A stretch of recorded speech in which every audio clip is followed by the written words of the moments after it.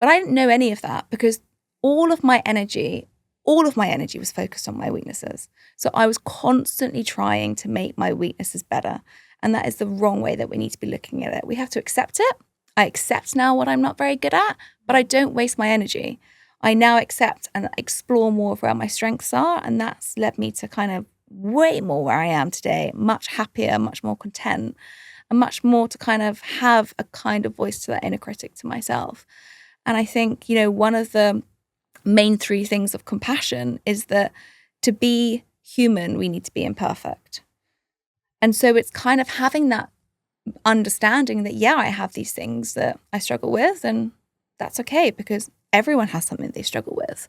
Oh, yeah. And so to have imperfections is to be human, but we have this very tainted picture in society that to be human, you have to be perfect and you can't have any faults and you can't show weaknesses and you can't show emotion because that means that, you're weak. And actually, it's the complete opposite. Sarah Ann Macklin is an award-winning nutritionist and founder of the Live Well, Be Well podcast, which is actually number 2 in UK of the health and nutrition podcasts. She also founded the Be Well Collective, which is a non-profit organization focusing on preventative mental health initiatives. Sarah Ann spent the first part of her career in the modeling industry, but after becoming seriously ill herself and a number of other life events, she switched completely to study to become a nutritionist. She advocates being more compassionate to ourselves and also bridging compassionate eating and mindset. So huge welcome to the show, Sarah. I'm so delighted that you're here. And we only met yesterday at a breakfast event here in Stockholm. And I felt straight away that I would just love to talk to you more and to invite you to the show. And here you are. You jumped on like that. Yeah, I have huge respect when someone's like, I want to do something and they do it. It's a huge respect to you. So thank you for having me. Oh, thank you for coming. And I really believe this with trusting your intuition and trusting in the serendipity of universe sometimes that it's meant to be. And you spoke about so many interesting things yesterday at that breakfast event. And one of the things was that we should all be, more compassionate and more kind to ourselves. And this is something I work a lot with, both myself, or I have been working a lot with this for myself, but also with my clients. And the concept that I talk a lot about in this podcast is called the inner bitch. So the inner critical voice that all of us have. And I'm just curious, what is your relationship with your inner bitch? I love that. I've never said inner bitch on a podcast before. This might be my first time. I'm going to lean into the inner bitch. It is, I think with every woman listening to this, they are going to resonate so much with that inner critic. I think women struggle with that a lot. And it's something that we all struggle with it. But I think, there's this kind of perception now that with so much growth and self-growth that we're all meant to be going through and self-awareness and so much information out there, that this inner critic or this inner bitch is just meant to kind of like go away. And the reality is it doesn't just go away. It's always going to be there. And I said yesterday, I talk a lot about compassion. I talk a lot about being kinder to ourselves. I'm a registered nutritionist, but so much about people that come into my clinic. It's not just about giving them a diet plan. It's about like understanding like how can we change that behavior? And that's when the psychology and neuroscience is so important to kind of come in and talk about this. And if we don't talk about this, then we all sit in our own minds thinking it's just me. And I spent so many years just thinking it's just me. And all the time this is going around in my brain. It just felt like it was on one circuit, one loop all the time. And what was she saying? Oh my gosh, so many things. And she still goes all the time. She would say things, like, she would be things like, you're not tall enough, you're too tall, your head's really small, you're too thin, actually, no, you put on too much weight, or you're really stupid, you're really thick, everyone laughs at you. Like, they would say all of those things. And to kind of give people kind of context when they're like, obviously hearing me speak like that, I came from a modeling industry where I was in constant comparison all the time. And to be fair, the inner critic was said out loud to me. So it wasn't just my own version. I was actually being told this constantly on, you're too thin, you're too fat, you're too short, you're too tall. So So I knew every part of my body, and I was constantly trying to reach, that perfection, which now I think so much of us have every day on Instagram. But when I was modeling, Instagram wasn't a thing. So I just had it spoken to my face every day. But now everyone has this when they open Instagram, on that perfection that they have to. And it's not just on how they look, it's on how they're achieving. Are they a good mother? Are they doing good in their job? Like, there's so many external metrics now that women face. And so I think having that conversation is really important. And then alongside that, I was also unknown to be dyslexic. So I went through my entire school life being told I was stupid. I didn't go to a school that ever noticed that I was dyslexic. I wasn't a disruptive kid, so I kind of just struggled to get through class. And because I wasn't disruptive, it was like, she's obviously fine. But I was in the lower sets for everything. And I would have so much shame to put my hand up and say, I don't know how I spell this, or I don't understand it. So for me, I would just sit at the back of the class. And I read my school reports. Actually, last month, my mum had a memory box, and she came to the house and she was like, oh, look, all of this is your school reports. And I felt really sad for like the small Sarah when I was reading it, because it was like, Sarah doesn't understand any concepts, Sarah can't spell. And it was like literally reading it. And I just thought there was no compassion for the teachers to say, maybe we should speak to Sarah and see why she's struggling. And the thing with dyslexia is that I never understood it's nothing to do with your IQ. No. It's a lot to do with processing speed, and also you have bigger picture thinking. And so, I was very lucky that when I was scouted at a very young age of modeling, for me, that was something that I had to hold on to, because I was never good at school.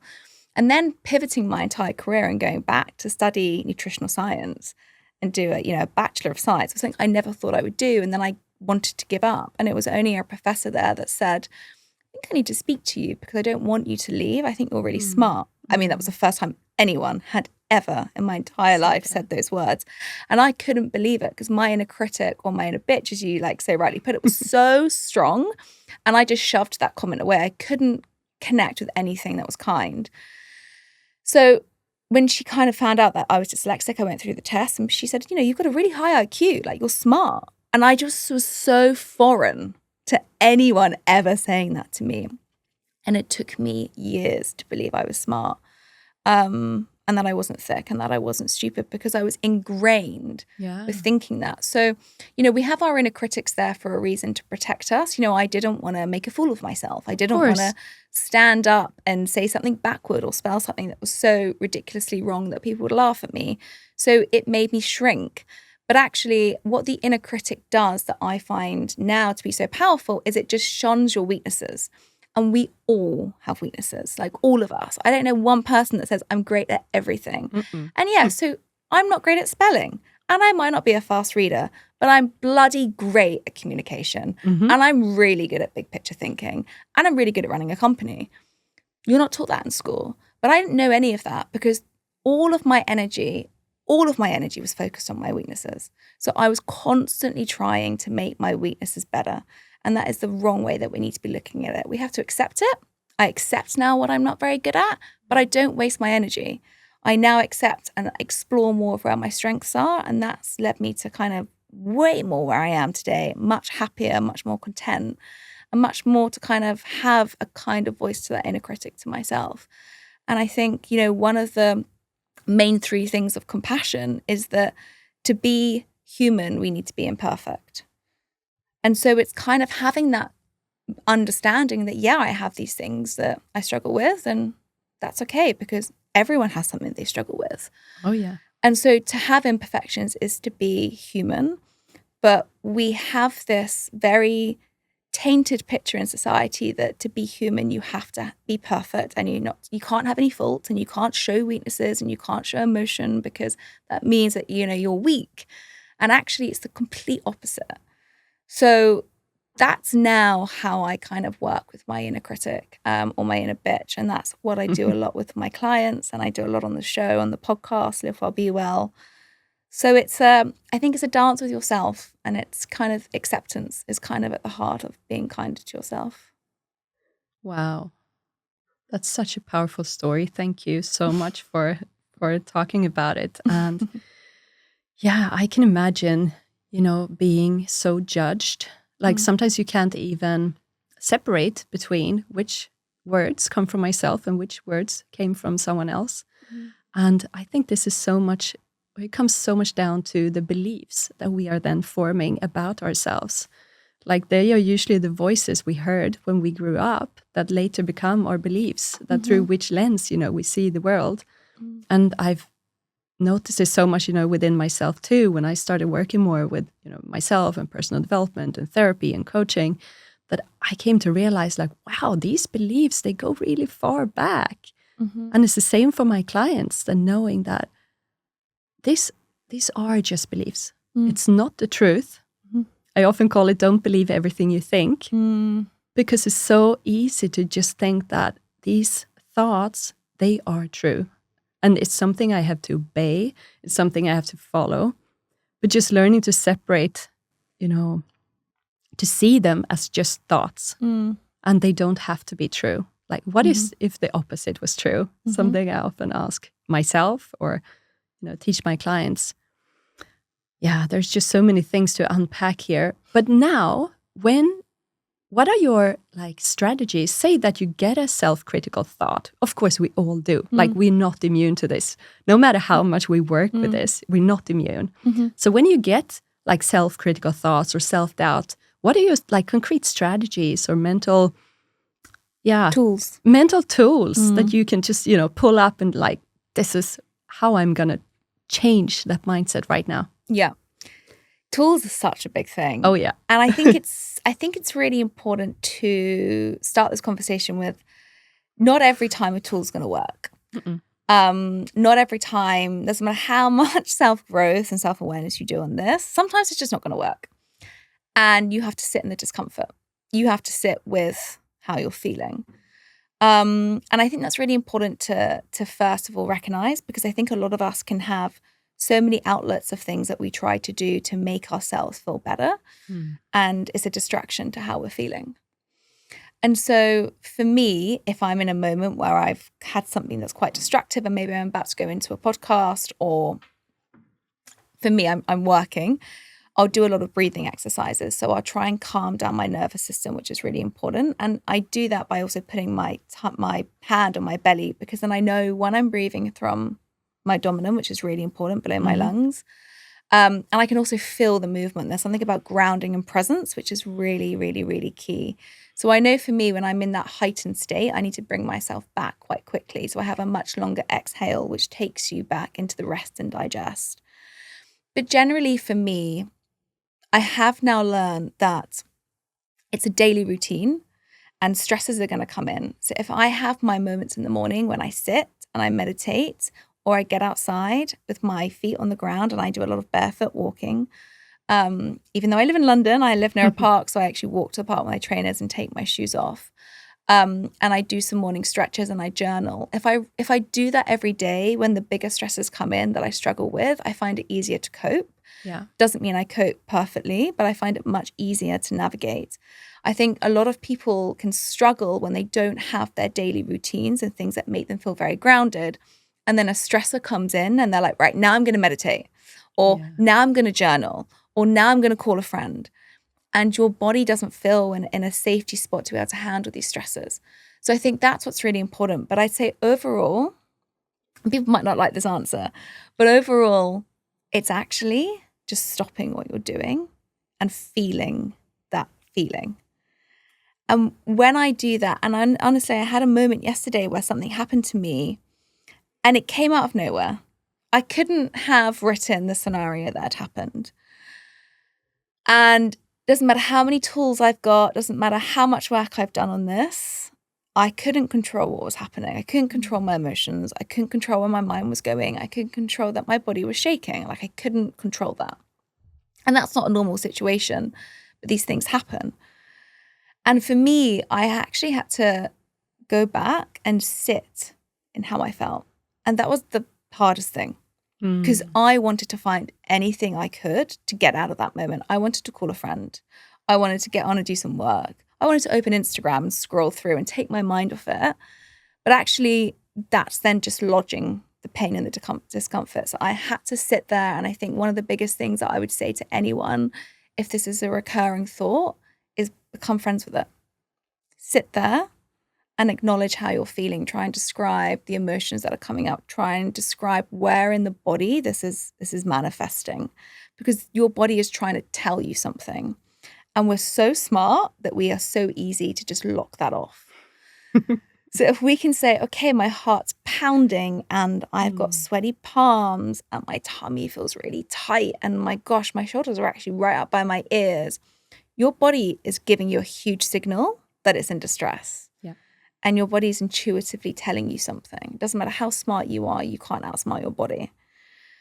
So sitting in that and trying to find some ease and some comfort, you'll then realize that sooner or later, it might be 5 minutes, it might be an hour, but that feeling will pass. And you know it's temporary. And you know you've got through it. Trying to sit in that and recognize it and see it as a third person is a really, really powerful way to kind of become friends with that inner critic, that you're not going to run away, that you're not going to tell it you don't want to listen. You're going to actually be like, okay, we're here. You're not leaving. You've made yourself very dominant. Let me feel it. And it's going to feel hard. Yeah. But the more that you can do that, the more that you'll realize how strong you are. So I think that's like a really powerful tool, which is actually just be in the discomfort. Yeah, I totally agree. And it's so much about exactly what you said there, with both how you start your day, like how to set yourself up for more like emotional resilience and regulation and be able to self-regulate. And one of the ways of doing that, obviously, is activating the parasympathetic nervous system. And if you do that already in the beginning of the day, like in the morning, you're more prone to be able to tap into that also later when shit hits the fan. So I totally agree with that. And it's so powerful, these kind of morning routines. It's also something I always do. Before I start my workday, I also do some meditation, breath work, walk in the woods, because then I have more resilience to whatever, would come my way. And you also mentioned something with, being like with presence. And presence is something I would love to talk more about. It's actually something that many of my clients are really longing for, like to be more present in their lives. And I thought about something, it was only a couple of weeks ago, like the correlation between presence, positive self-talk, and high performance. Do you see that? When you think about it, the correlation between positive self-talk, presence, and high performance. So being more present allows you to be able to be more positive, and then that leads to more high performance. I mean, I definitely see that. I see there's also a massive disconnect on how we view high performance, because I was at a very high performing stage at 21, but I was the most unpresent person in my entire life. I mean, my whole body stopped and gave up on me. And so I think that if it's done in the right way, it's one of the best equations you can have. I just don't think we see high performance in that view yet. I would love everyone to see it, but I honestly believe that people still have this viewpoint of hard plus hard equals success. Yeah. And we need to kind of damage ourselves in the process and fight, especially as women, to kind of get to the top of success, whatever that is for us. And we need to endure pain and so much grit. And yes, there is a massive work ethic that has to come with getting to where you are. But you don't have to hate yourself in the process. You don't have to try and kill yourself in that process. And I would love it if that formula was more contextualized and people connected more to that. But I think there's still a massive stigma out there on that we really kind of need to kind of push ourselves to the extremes to be that success. But the research actually shows the complete opposite. Yeah. Like, the research shows that like the more compassionate that you are with yourself, the more motivation you're going to have. And that's the reason, because you kind of reflect back on yourself in those moments when you've done something wrong. You're more forgiving of yourself. You actually connect with what you've done. You'll see it. And then you'll go, okay, how can I do that better next time? Or you'll have more kindness to yourself, that you're more likely to want to go again. It's like if I did something bad every time and someone was telling me, that's pathetic, why did you do it that way? I'm so much less likely to want to get back up and do it again. if someone said to me, actually, like, do you know where you went wrong? And how did that make you feel? And like, do you know what? That's okay. Like, you've learned that lesson, but you can do it again. I'd be like, okay, I can. And I've reflected and I've proven that I can go and do it again. And so like what we actually know is that the more self-compassionate we are and the more compassionate with others, the more motivation we have, which is a metric to success. But we just sadly still struggle to, I think, to conceptualize that, because it's like a dog-eat-dog world is the philosophy that everyone says.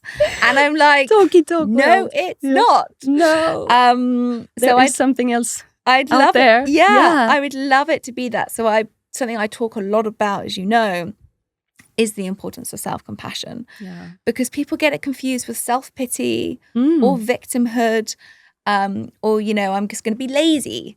But it actually does the complete opposite effect. It doesn't allow you to have this kind of forgiveness that you can do anything at any point and everything's fine. It makes you just reflect and be able to be kinder to start again. So I would love You would love it to be true. I would love it to be true. Yeah. I just feel it's not quite there yet. No. And I think maybe to reframe it a bit, it's like, I'm all about like sustainable high performance. And maybe that's the formula. That's like the sustainable formula. high performance is, you know, presence plus positive self-talk. Yeah. Because when we constantly, exactly like you said, beat ourselves up for everything we do or don't do, that will create such emotional, do you say dissonance, discrepancy, like it's just not serving us. No. But we think it is. We think that is the fuel we need to push us forward, to beat ourselves up. And that's where the inner critic comes in. But it's actually exactly like you say, it's the opposite. It was just create all of these emotions in the body, and the cortisol and the adrenaline, and you know all about this, being a nutritionist, but also thinking that like, how can we instead be more kind to ourselves? And actually, I see it as push versus pull, really. So our negative emotions, or the saboteurs that I also talk a lot about in podcast, our internal saboteurs, they will push us forward, but based on negative emotions. Whereas, you know, love, kindness, creativity, inspiration, empathy, those are the emotions that will actually pull us forward. And that's a lot more, you know, a sustainable force to get to where you want to go. And you will get even further and feeling better doing that, instead of if you're pushed, you know, by your saboteurs. Absolutely. But you're also then creating from a place of abundance when you're doing that, right? Yeah, so absolutely. All the decisions you're making are from a place of like true, authentic abundance of yourself. Yeah. Which is always going to be a success. If you're pushing it from a negative fear place, which is where the saboteur comes in, you're pushing this from a place of fear, unknown, distrust, worry, lack, void. Those words don't connect with anything abundant.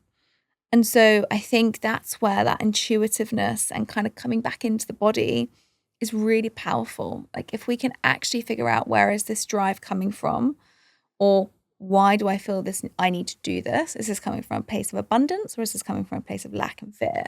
Yeah. That's really, really key. Let's talk a bit about food. Yes. Always. Always. Yeah. So you're a registered nutritionist, and you've been studying this a lot, obviously. Yeah. And I know so many women are struggling both with stress, a lot of pressure, crazy high expectations on themselves, juggling, you know, demanding careers with maybe small kids. And then comes in this whole food equation, which can be complicated for so many. I know a lot of women struggling with everything from eating disorders or just like a complicated relationship to food. Yeah. Was this a case for you during, the modeling years? Mine came from a different pressure, I think, to most, because my financial worth relied on what I look like. Yeah. So for most, I think we're painted what perfectionism looks like, what acceptance looks like. And so we put a lot of pressure onto ourselves. Mine was that with financial success too. So I think it's a different relationship that I had with food and health, to what I think the most average person would have, because I think fluctuate, and you can see what you think is where you want to be. But if you don't get your financial success doesn't lean on it. And so to kind of have your financial success wrapped up in what you look like is actually a very scary place to be. And I think a lot of athletes feel this very similar. Yeah. You know, their performance, even like jockey riders or F1, you know, how their body weight fluctuates is such a big performance metric for them. Very similar to a model, like how you look is basically what you're worth. So to try and distinguish myself from that was very difficult without anyone physically telling me that, you know, in the very early days. And I went into it at 15, so I was very young. So I had no emotional maturity. I had no self-awareness. I think if I'd gone into that, which would never happen, but if I went into this in my 30s, my viewpoint on this would be so different. But I grew up in a world that wasn't really that real. So I did have, I think, a very complex relationship with health. Not just with food, I think with just mental health and food and everything in general. Everything was on steroids. And I also lived in New York, which was like living on steroids. It did not help. It didn't help. It didn't help. And it was interesting because now we have a lot of conversations around health. We have a lot of conversations around nutrition, and people are much more open, especially in Europe. I think in America, they've always been open to this, but in Europe, we're much more open to the conversation of mental well-being. I basically came from England where no one spoke about therapy, no one spoke about food, no one spoke about health to the level that I was performing at. So I had to try and figure this out on my own with people telling me all the time, change this, lose weight, gain weight, you know, cut your hair, do these things to your skin. And you feel this huge pressure. So I did feel the need to have to be perfect the entire time, which obviously led to me kind of doing the opposite and my body just not being able to cope. And at the same time, social media was just starting to launch. And I don't know if you remember social media, you know, about 13 years ago, but everyone just took a picture of food and a green juice. That's what people took pictures of. Absolutely. And so you had this like very weird warped world where you just open and see a plate of food. Not a recipe, not just someone's plate of food. Like, why is that even interesting? Why is this happening? And it had to be the perfect food. So we start creating this kind of perfectionism. So I just felt that I was just engrossed. And then I tried to understand, how do I eat healthy? Because for me, it wasn't about, I want to starve myself, because I knew that I had to have really good skin. Yeah. So I've got to have really good protein. I knew I had to have really good hair because I'd go and be doing big hair commercials. So I knew that if I starved myself, that wouldn't work out because my skin and my hair would break down. I'd come out with spots. But I had no idea with the connection of mental health. It was all on what I looked like. But then I also had to keep a really low weight. So I'm like, how the hell do I navigate this? So I turned to Google and I'm like, right, how can I stay slim, look healthy, and be glowing? And if you ask Dr. Google anything, it's never going to be very helpful. And so it basically led me to this kind of very obscure relationship with food, where I was trying to diagnose myself on what I thought I should be doing, as opposed to seeing anyone who was like a doctor or a nutritionist or a dietitian to kind of help me on this road. So I did have a very complex relationship with food. I had a really complex relationship with my mental health because I never felt good enough. And so those two things combined is a bit of a recipe for disaster. Yeah. And it is common, even if really people are common. not, in the same situation as you were, like depending on this financially.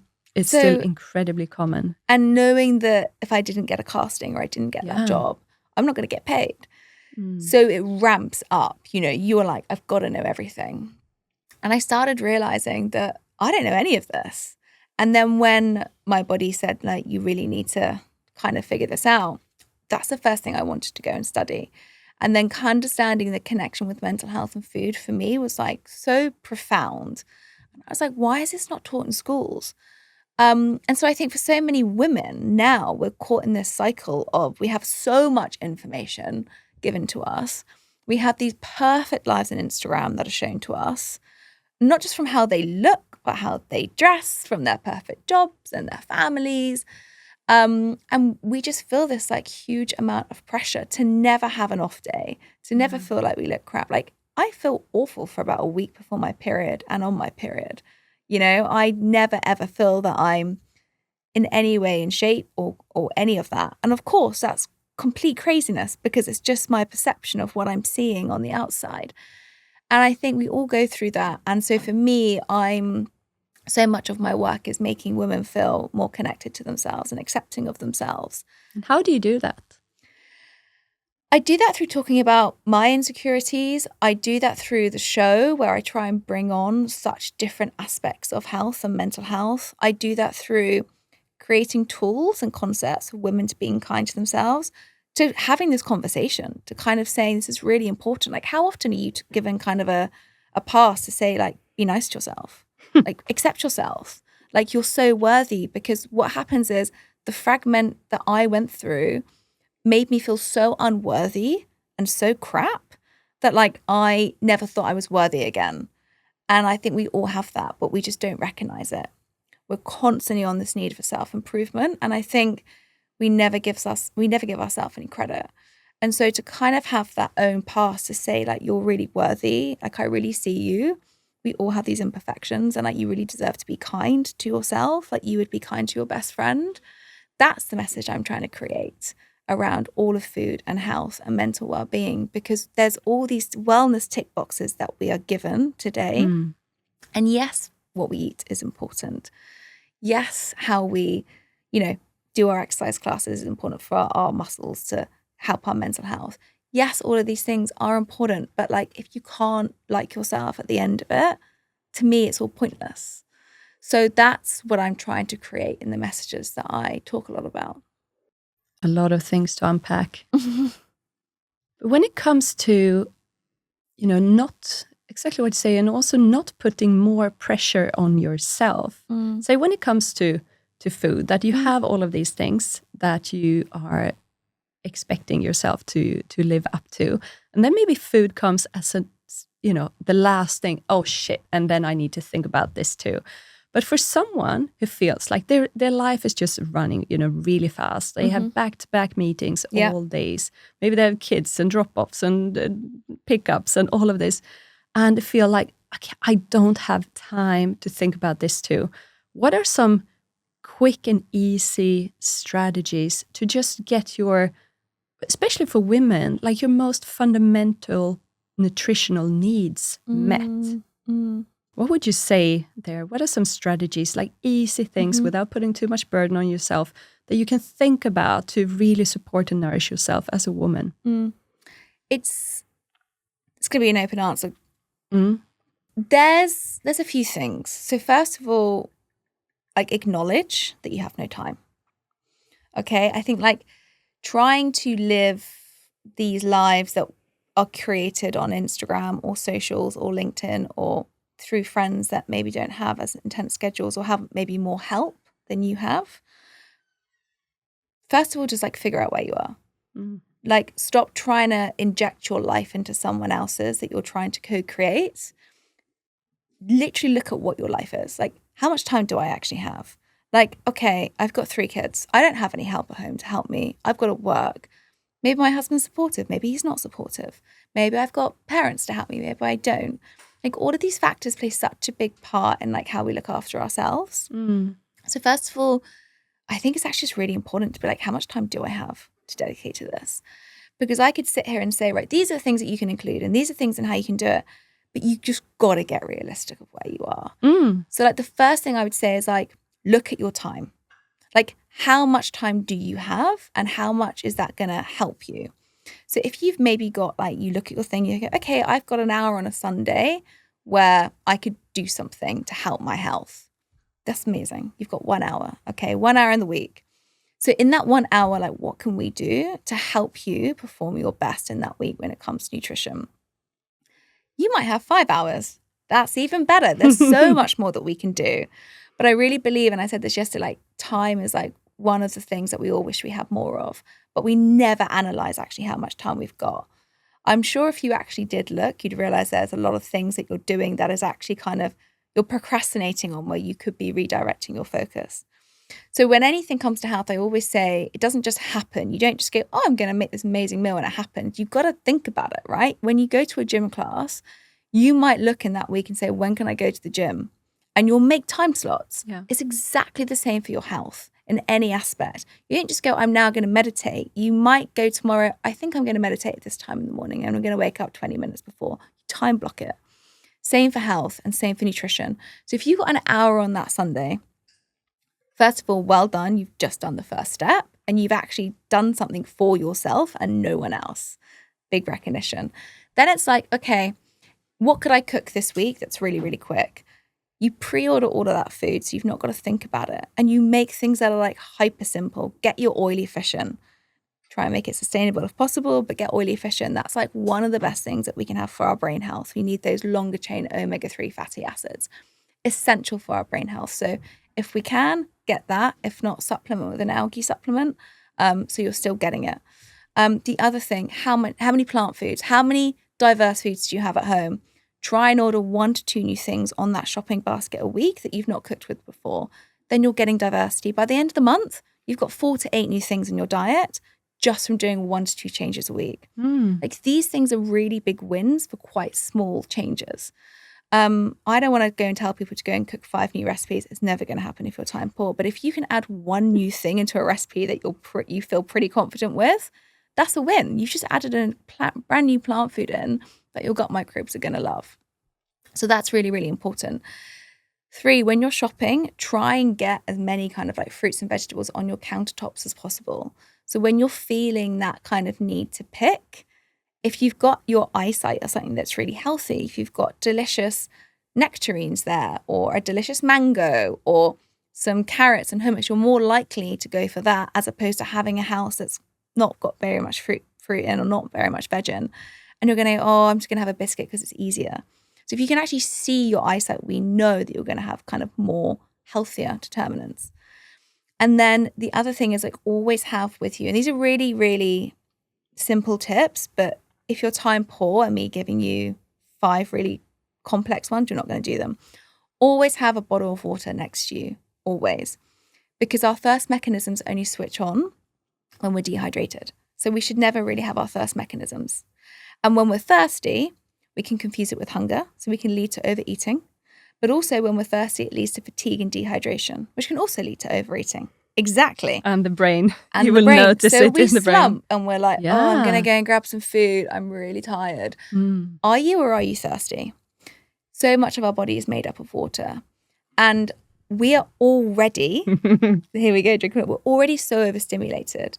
Like we sometimes don't even have the chance to think I need some water. So if it's just in your eye line, immediately you'll be like, God, I haven't drunk for the last half an hour. I should be drinking. And then you know that you're hydrated. Then you know that you're not having cravings because you're dehydrated and you're much more likely to be alert. So like all of these things are such good, just small things that you can change when you're time poor. If you're doing all of that, you're winning than so many more people. But you're also doing, which is the bigger factor on all of this, the bigger picture, is that you've just taken a time out for an hour in your week for you and your health. That's the biggest lever of all of this. It's not what you're eating. It's a huge win. It's you taking that time to say, do you know what? I'm dedicating this hour for my entire week to know I've got food in the fridge, that I've got a new plant-based food in there, that I'm going to have water stand in front of me. Like you're actually making a conscious decision to do something for your health, as opposed to you're a last-minute priority and I'm going to think about myself now in this last minute when everything else has been done. And that moment never comes. Exactly. We know that. And something related to that, which I think is super fascinating, is on the topic of women's health and also our like health through the cycle. What would be some advice that you would give women generally on how to eat during the different phases of our cycle? Because I know our nutritional needs, they really vary, but we might not even be aware of it, that they do, and that we have different needs. What are some easy, tips and tricks there that women can think about to boost themselves and their needs during, the different phases of their cycle? Oh man, if there's anyone who struggles with their menstrual cycle, I really sympathize because I do. Yeah, I really, really still. Still. So much so that it's been such a big topic on my podcast. Yeah. I actually got a doctor on, Dr. Louise Newson. If she's not big over here, you should definitely check her out. She's amazing. She's called the Menopause Doctor. And generally my audience aren't in their 50s, but menopause is such a big topic that I felt that I really wanted to get her on. She was so insightful.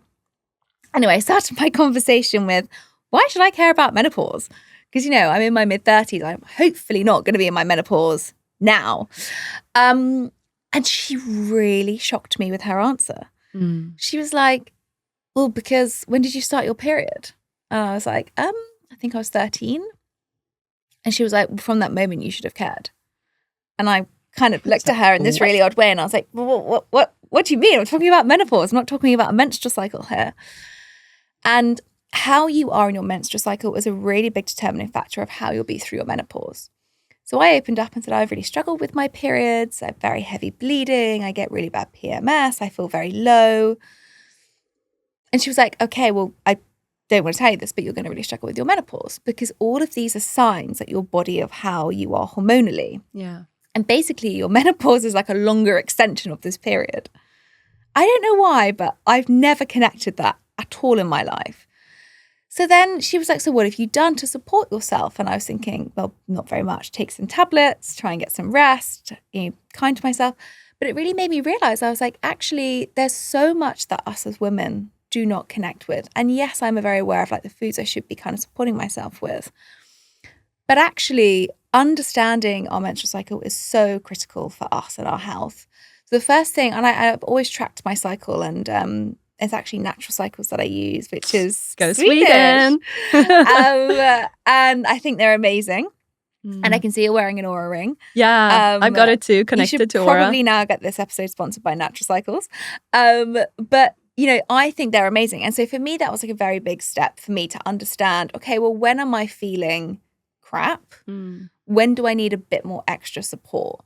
Because we all know like PMS is just horrible. Yeah. But if we're aware that that's PMS, it makes it slightly easier. It's just very hard to not know that you've got PMS and then you're acting quite erratically and, knocking things over and making bad business decisions or feeling really anxious. And then you're like, no, snapping at your loved ones. My estrogen is just flatlined. This is why I understand. I don't have any progesterone, which is obviously the calming hormone and works with GABA, which is our calming hormone. So understanding that is really essential. I would say a few things that really help me personally and that women should be thinking about is having more anti-inflammatory foods in the second half of your cycle. So having the oily fish, having those kind of fiber-rich foods that help create anti-inflammatory properties are really, really important because it is an inflammation process when you're having your menstrual cycle. So trying to have things to combat that is really, really key. For me, I slowed down a lot more in my second half of my cycle. We don't want to be elevating our cortisols. That being said, I'm very, very aware that this is not a blanket approach. There are some months when I feel great just before my period. I don't want to stop doing something that I feel intuitively that my body needs to do. So for me, it's about like becoming very in tune with where we are. Maybe not having very much alcohol before your period. That's probably not going to help. Yeah. But becoming very intuitive with like, actually, I'm going to make a bit more time for being at home. I'm actually going to cook for myself, which I know that sounds crazy to say, but how often do you go home and cook something really nice for yourself unless it's for someone else? Not that often. I got 2 small kids. They're 4 and 6 soon in a few weeks. And it's a lot about like, okay, what will they eat? And then usually trying to make something that we all eat. Mm-hmm. But yeah, no, to cook something just for me, not that often. Sometimes at lunchtime because I work from home a lot when it's just for me, but not that often. Very rare, right? Yeah. So it's one of those things that's like, I'm actually going to do this for me. And it's imagining like you had a sister coming over and she didn't want to eat what the kids were eating. Yeah. So you're like, of course I'll make you something else. Like I'll make you something that's like not too dissimilar, but I'll do something that's a little bit kind of different for you. Think about yourself as exactly the same person. You might need more of those anti-inflammatory foods that your children just will not eat and they do not want it. So it's about like not doing this every day, but those moments when you need a bit more nurturing, which is generally before our period. Yeah. Like doing that for yourself, like offering that to you as self-love. And like, I can hear you, body, like you're needing a bit of support. I'm going to give that to you. Getting that extra sleep that we all need. So I think it's really hard. And, people might go and listen to Dr. Mindy Peltz, who was amazing. And she came on the podcast, Fast Like a Girl. She has a very structured routine of what you should and shouldn't be doing in certain phases of your cycle. I do believe that we should be eating more anti-inflammatory foods. I do believe that we should be slowing down towards the end of our cycle. But I don't believe that we should be becoming so metric orientated around this, because I also believe that our bodies are going to tell us. And we're very disconnected from them, I believe. And so having these rigid checklists of what we should and shouldn't be doing is pulling us further away from what our body is signaling to us. Yeah. There could be some months when you're like, I am ready to go. And it's like 3 days before your period. I don't want to tell you to slow down. You know, your body's telling you, I'm feeling good this month. So for me, it's about connecting, but just make sure you're nurturing it is kind of the key thing, I would say. Yeah, and I think it's in today's society, so many women would love to, to be more in tune, I think, with their cycle. And yet, it's just our world is so fast paced, but still to be able to, I think I always talk about like knowledge or insight is the first step to any change. 100%. And just learning more about yourself and your cycle and your body can just be such an aha moment, an epiphany. It's like, shit, that's why I'm feeling like this. So I think, starting there, exactly what you said, knowing when is your cycle, like how is it working, how long is it, how are you feeling during the different phases, and kind of being more compassionate to yourself. 1,000%. I also think like talking to friends more about it that you can trust, that aren't going to kind of say, oh, I feel great.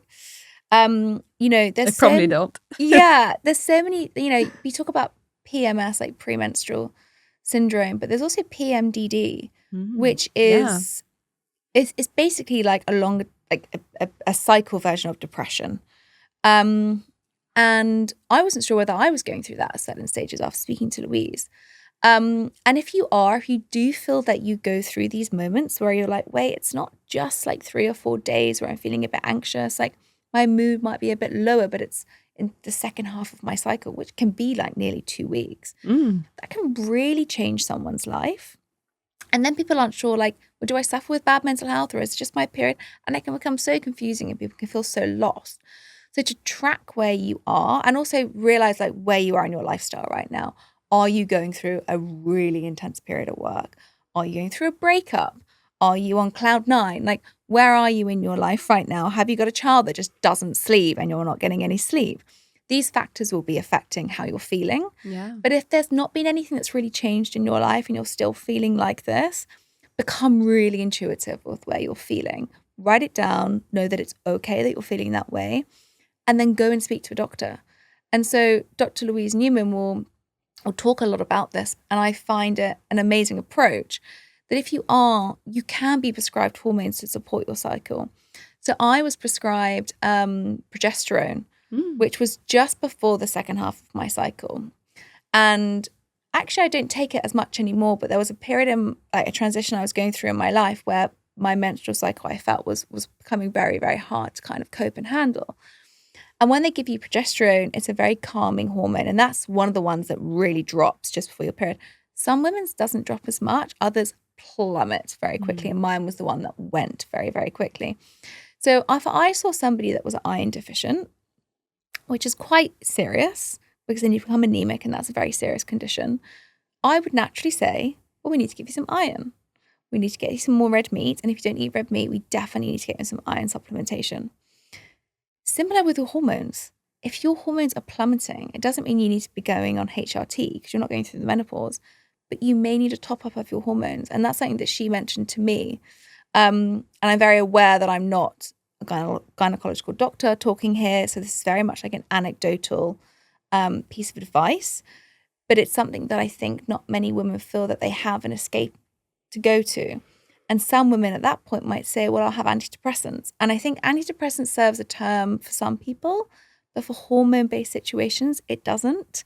And we need to be working in a more broader scope of what that is. Going to the root cause, and maybe. Going to the root cause. Like, why are you feeling like this? Why is your hormones all over the place? Exactly. And so as much as having like lifestyle factors to help support stress in that period, which is fundamental, exploring this with a GP or a hormone specialist is really important. And it's not detrimental. You can go in it for 3 to 4 days before your cycle. When you stop, if you don't feel great, you stop it and it's fine. But go and speak to a doctor or a GP about the risks versus the benefits. But it's just knowing that there's lots of other outlets out there that women can go down to seek help. But they haven't got to live with PMS or PMDD or anything that they're finding very hard to cope with around their menstrual cycle.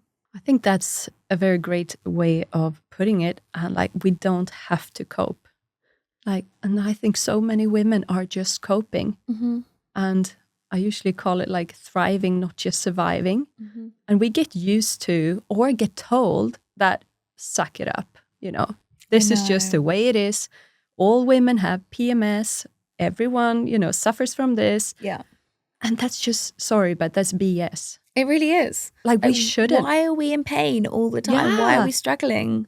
Why is that even, something that they would say, like, you just have to deal with and, Mm-hmm. and accept? Because it's like you say, it's a symptom of something being off. Mm-hmm. And this is something that I'm very passionate about, and especially here in Sweden. I think the healthcare system is so much just focusing on the symptoms, and treating that and putting like band-aids or plaster on the symptoms, but never going to the root cause of the problem. Like, why are you suffering in the first place? And with, PMS and all of these things, it's a sign, it's a symptom of something. Mm-hmm. God, we could talk forever about this. I know you have a plane to catch also pretty soon, but what would be some last words that you would like to leave the audience with on like any topic of your choice, so you feel this is something that more women needs to hear? I think women are warriors. And I think women need to know that they're worthy. And I think that's really important, that we're kind of swimming upstream and it's tough, but you don't have to do it alone. But your biggest cheerleader is going to be yourself. And so if you don't start from a place of self-love and self-acceptance, it's going to be a really fucking hard battle. And so I want every woman to kind of become best friends with themselves. Doesn't matter what they're ashamed of, doesn't matter what their fears are, like that they are worthy and they can do it. But they've got to start from that inner place of like self-love and self-care to themselves to do that battle. Thank you so much for coming on the show. It was lovely talking to you. Thank you so much for having me. This was amazing.